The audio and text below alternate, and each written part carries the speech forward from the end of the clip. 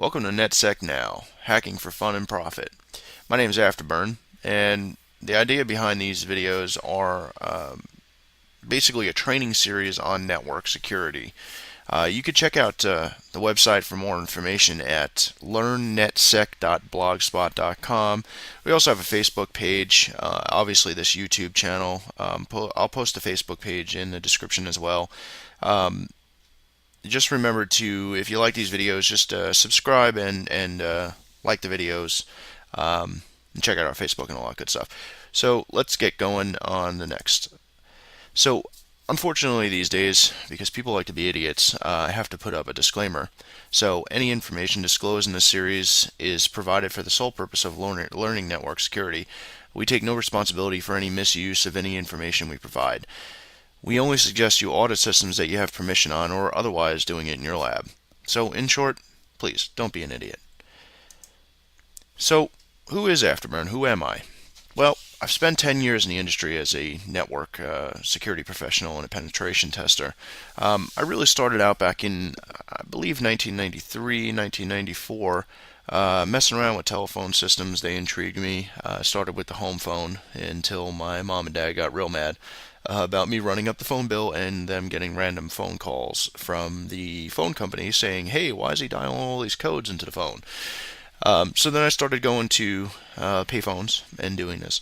In any case, later on, I mean, I got involved with computers when it became more popular and, back in school and stuff like that. So really, I decided, all these years later, let's turn it into a profession. And I really didn't know how much money I was going to make or anything like that. I just did it because, I had fun doing it. So basically, over the 10 years that I've been doing this professionally now, I've been contracted by a lot of larger companies, medium companies, and smaller companies to do network security audits and penetration tests, as well as rewrite policies and things like that. So I've run the gamut of things that or you guys will run into over your course of your profession. I'm also proficient in Linux, Unix, Windows, and networking.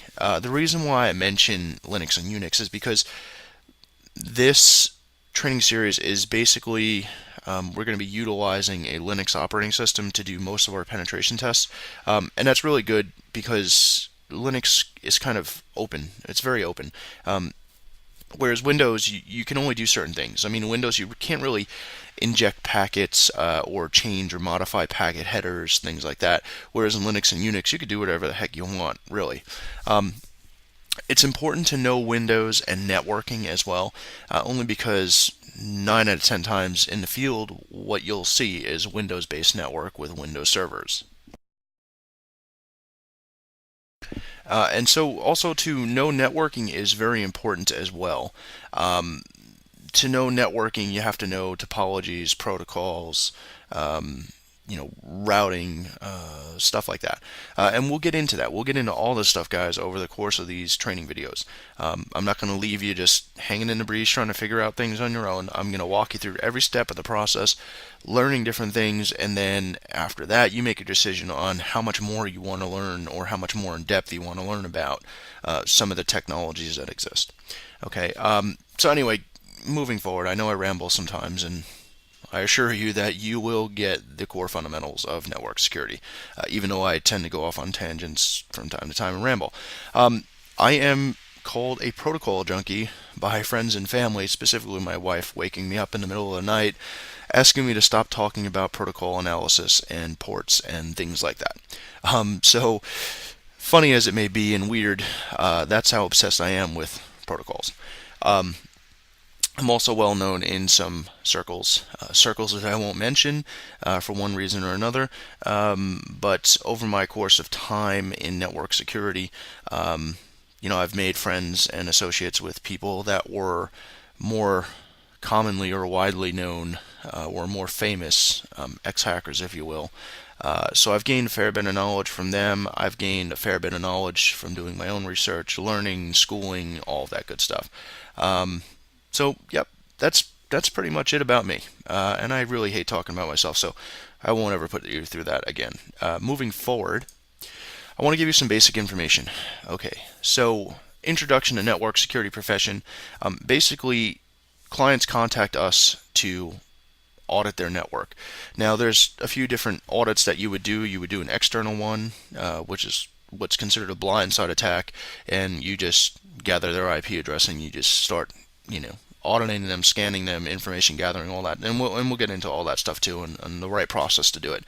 And then, of course, you do an internal audit, and then, of course, you do the mitigation of it, and you let them know, what you found, what their fixes are, if any, and really, and that's pretty much it. Then you do a final audit to make sure that all of the patches and the fixes you gave them worked out well and they did it correctly. And then you give them one final report saying everything's good, Mr. Customer, have a nice day, and you are on your way. So one other thing I really want to get into is what's with all the hat colors, and I'm sure you've heard it before, roaming around the internet, YouTube, and whatever. You've heard black hat and gray hat and white hat, and there's variations on what each one of those mean depending on who you ask. But I'm going to tell you in the most basic sense. A black hat hacker is the villain. He's the absolute worst of the worst bad guy, and what he does. His primary function or role in his little situation is to scan a bunch of subnets out on the net, or a specific target, whatever he's got in mind, and then he's going to find them, exploit them, get access to their network, create a backdoor in there, and lock it down. And now he's either going to do one or two things. He's going to use that network he's compromised, or that machine that he's compromised, as a forwarder, or if you will, a zombie machine to launch attacks against other networks, thus furthering his presence away from where he really is, essentially hiding himself better. Or more often than not, what they honestly do is they hold these businesses for ransom, or people for ransom, primarily for money. So they basically hold their attachment on the network for ransom and say, hey, give me X amount of money, and I'll let you have your network back. Really bad guys. That's 9 out of 10 times who we're going to be combating in the field. We want to try to stay one step ahead of these guys. Obviously, it's not always possible, but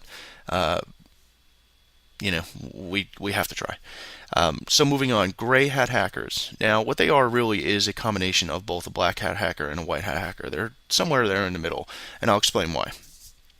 Gray hat hackers basically do sort of what the black hat hackers do.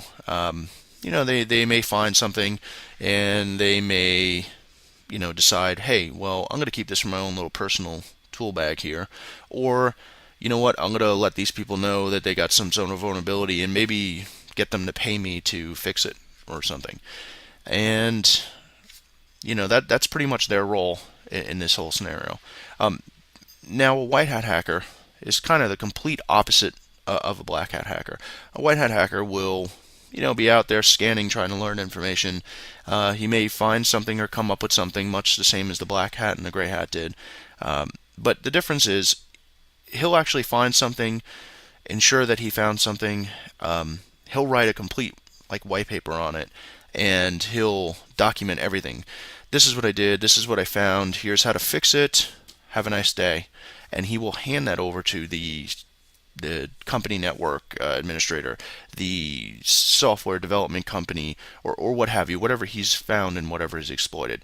Now, he doesn't usually generally ask for any money in return for this or anything. He's just kind of doing it because he's bored and that's what he likes to do, and so on and so forth. Then come in us, the network security professionals. So basically, the difference between us and the black hats, the gray hats, and the white hats, besides the obvious reasons, is we are tasked or hired and contracted to do an audit for the customer, for the client, to find these vulnerabilities and holes before the black hat, the gray hat, or even the white hat would find them. Okay. We're also tasked with many other roles: mitigate attacks that have already happened, so on and so forth. Rewrite policies. We've mentioned all that stuff before. So basically, there is quite a difference between a network security professional and all three of these hat colors, if you will. So moving along, penetration testing for profit. Now, what does that exactly mean? It's pretty obvious. We get paid as network security professionals or penetration testers. We get paid a very good amount of money to do what we do. Um, I mean, just to give you a number, a medium-sized network or even a smaller-sized network, depending on the type of audit you're doing, you can make anywhere from ten to $20,000, and it may take you anywhere from 20 to 40 hours. Now, think about it. Even in the medium side of it, $15,000. That's what some younger people are making in a year. Okay, we're getting that in a week, right? So we're making pretty good money. So if you enjoy this kind of stuff, I mean, the added bonus to it, besides doing what you love, is you're going to get paid and paid well for it. Okay, but I don't want you to think it's all about money. It really isn't. That's just an added bonus to it. You do this because you like to. You do this because you want to learn. You do this because you want to help people. Um, so is this profession right for you? Well, again, you really have to go back to thinking, do you enjoy analyzing data? Do you enjoy exploring? Do you enjoy tricking machines or software or equipment into doing things that they weren't initially intended to do to get a different result? Um, are you a person that enjoys, all sorts of analysis? I mean, do you have like a break? Your brain is like a sponge. Um, if you do, then this profession is right for you. I mean, if you have a basic knowledge and basic understanding of, how networks work, how data travels, and some of the tools that we're going to go through, and if you don't, and if you're missing some things, you're going to learn that in this video. Um, so really, what do you need to get started? Well, getting started, obviously you need a little bit of background knowledge in the network security arena. Know how a firewall works, protocols, basic stuff. Port 80 is a web server, port 21 is an FTP server, port 22, is a SSH server on a Linux or a Unix machine. Things like that. Just common things you need to know. You don't need to be, a know-it-all about network security, because you never really know it all. I don't even know it all, and you learn something new every day, pretty much. I mean, you just got to stay on top of it and do research, stay current, join mailing lists, join RSS feeds and stuff like that. And we'll get into all the different types of places you can go to stay current daily, mailing lists, so on and so forth. We'll get into that into those videos. So what tools do you need? Well, as we said, we're going to be working primarily with a Linux system. Now, for a long time, there was an operating system called Backtrack Linux. I'm sure you've heard of it. It was kind of like advertised as a one-stop shop for a hacking operating system. It had every single tool that you could want, script you can want to basically scan and exploit and do all these crazy things with.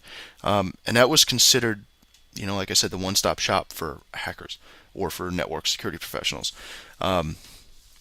Unfortunately, over time, I don't really know what happened to the distribution, but things were outdated, some things were broken, some things started not working. I guess the development just kind of got off course. So the core people decided they were going to do something different. So they call it Kali Linux. It's spelled Kali. And I believe the website, and I'll put it in the description, I believe the website is kali.org, Kali.org. I'm not sure. I'll have to look it up after this video is done, and I will post it in the description for you.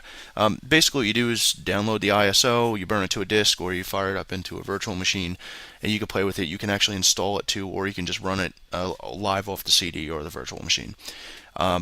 Inside there, I mean, it's 100 times better than Backtrack was. Everything's updated. Things are working correctly. I mean, it's constantly updated.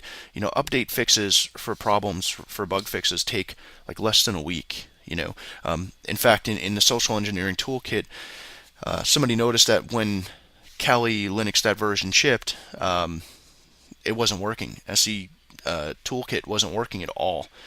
Social engineering toolkit wasn't working. So we put it into the bug tracker and the bug list, and it was within 24 hours that was actually fixed. So that just shows you the speed of development and the care that they're actually putting into bug fixes, or making sure everything's staying current and updated. Okay, but guys, that's not all we're going to use. I mean, sure, 90% of our stuff's going to be done in that operating system. 90% of our stuff, for auditing and penetration testing is going to be done there. But you may run across, and it does happen from time to time, albeit not often, but you may run against or run into an administrator that actually knows what he's doing. I know it sounds weird, but you may run into it where he's got that network locked solid and you ain't getting in, no matter what you try with your conventional standards. So you use your brain a little bit more, and you got to go out and do some more reconnaissance. And so, there's things like Google. We might even create a whole video series just on Google hacking. I mean, there's documentation out there and there's videos out there, I'm sure, about it, and you really can find a whole lot of stuff that wouldn't normally be found just by using special search input queries into Google. Okay, so you may be able to see their corporate website, and the administrator, that's all he's showing you on the network is just a corporate website. But you may be able to do a reverse directory transversal on there by just doing some custom inputs into Google for that website or for that domain. Okay, you may find the password hashes to the SQL database. Who knows? I mean, they may have on the website bad programming, and you can do a SQL injection. You never know. So Google is your friend. Places like whitepages.com is your friend. You can do reverse phone number lookups, reverse address lookups. I mean, there's a whole ton of stuff you can do in there, guys. Okay, so we're going to focus on all that too. We're going to bring that into play. I'm going to show you how I do my reconnaissance, and as always, I'll put all the links in the descriptions and things like that for each one of the videos that we produce in the series. I'm going to be doing this myself. I may have some guests come in that want to lend some information to the topic that we're discussing at that point in time or in that video. I may have that happen. I may not. I don't know yet. Depends on who's willing to participate. I mean, that's pretty much it, guys. Like I said, I do ramble sometimes. I do apologize for the sound of my voice now. I'm actually sick with the allergies. It's a real bad time of the year here in the spring. And so, in any case, we're going to learn a lot of stuff. I hope that you like and subscribe to our channel. I hope you like us on Facebook and, check into our blog and subscribe to the RSS feed there. And I guess that's pretty much it. I'm not going to take up any more of your time. I will see you in the next video. The next video is going to focus on the very first primary step of network security auditing, and that's going to actually wind up being information gathering. Now it's a lengthy process, and there's a lot to know. So that video might even be a 2 or a 3-part series. Who knows? We'll see how long it goes. But I'm going to teach you everything there is to know about that. Okay, including all the tools and everything else. So stay tuned for the next video, guys. Thanks for watching, and I hope you guys learned something. Thanks.